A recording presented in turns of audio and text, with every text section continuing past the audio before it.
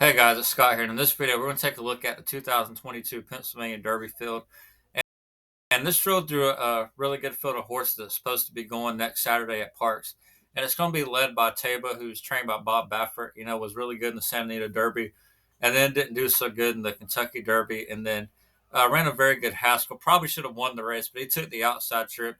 And Cyberknife is also in this race.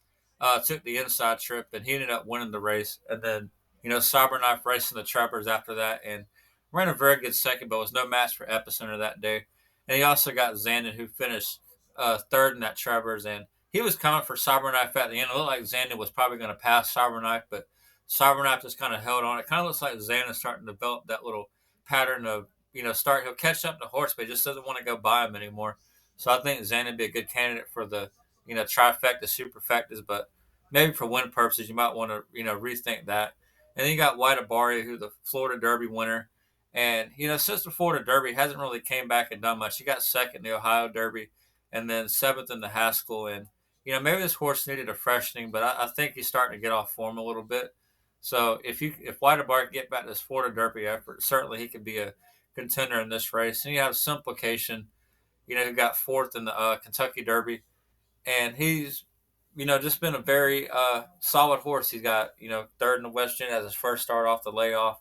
He won the Fountain of Youth, got third in the Florida Derby, I believe.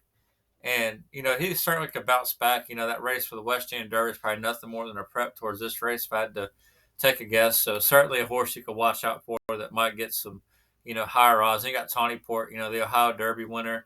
And it's just been kind of very solid. Always just seems to come with a solid effort.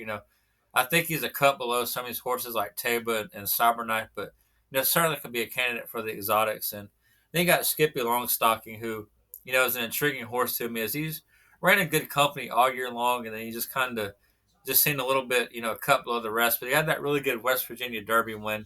And I think if he could maybe take another step forward, he could certainly finish the exact off with this race. And I think you're going to see, very good odds given the deep field. You might see 7, 8 to 1, maybe 10 to 1 pounding people overlook him. And so with that being said, I think Skippy Longstock is certainly an intriguing horse in this race for Sappy Joseph Jr. And you got We the People by Rudolph Brissett.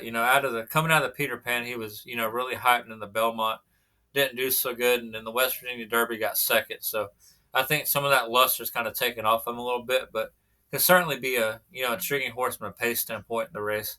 And you got horses like B Doc and Naval Aviator and Icy Storm. I don't think any of these three will win, but could certainly lengthen the field to that 12 or 13 horses and help make the payout of everything else a little bit better. I think B Doc's still a cut below the rest. Naval Aviator second at allowance race is by Tappet, but I don't really know too much about him. So for right now, I'm gonna leave him off the tickets. And Icy Storm, kind of the same thing. He was in a claimant race at Gulfstream Park, last in February. So kind of tough to throw him there. It kind of makes you wonder why they put a horse like that in this race. But I would say the horses that got the best chance would certainly be Taiba. He's been training like a freight train right now for this race.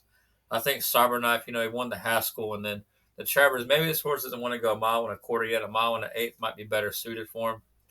And you got Skippy Longstock and West Virginia Derby winner. I say those are the three most probably likely winners of the race. And certainly you got, intriguing horses like, Tawny Port and White Barrio and Zen and all of them that could certainly round out to make a very good field. And that's our early look at the 2022 Pennsylvania Stakes, guys. Thanks for watching.